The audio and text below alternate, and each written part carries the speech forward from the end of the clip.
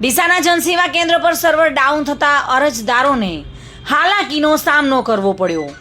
ડીસામાં આજે જનસેવા કેન્દ્ર પર અરજદારોની લાંબી કતાર લાગી હતી, કારણ કે આજુબાજુના ગામડાઓમાંથી અનેક લોકો વિવિધ દાખલાઓ કઢાવવા માટે આવતા હોય છે। ખાસ કરીને ખેડૂતોને 7, 12 અને 8 અના દાખલા કઢાવવા માટે વધુ જરૂર પડતી હોય છે, પરંતુ આજે સવારથી જ સર્વર ડાઉન થતાં અરજદારોને દાખલા મળી શક્યા ન હતા અને દૂર દૂરથી આવતા ખેડૂતો સહિત લોકોને ભારે મુશ્કેલી વેઠવી પડી હતી। વારંવાર સર્વર ડાઉન થઈ જતા હેરાન થઈ રહેલા લોકોમાં ભારે રોષ જોવા મળ્યો હતો અને કોમ્પ્યુટર સંચાલકની કામગીરી કરતી એજન્સીના સંચાલકો સામે કાર્યવાહી કરવાની માંગ કરી હતી। આ અંગે અરજદારોએ જણાવ્યું હતું કે છેલ્લા 1 અઠવાડિયાથી વારંવાર સર્વર ડાઉન થઈ જતા તેના કારણે આજુબાજુના ગામડાઓમાંથી આવતા લોકોને ભારે મુશ્કેલી વેઠવી પડે છે।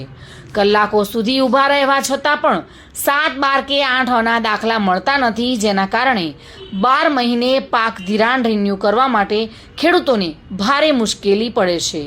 ત્યારે તંત્ર દ્વારા કોમ્પ્યુટરનું સંચાલન કરતી એજન્સી સામે કડક કાર્યવાહી કરી અરજદારોને પડતી મુશ્કેલીઓ દૂર કરે તેવી અરજદારોની માંગ છે।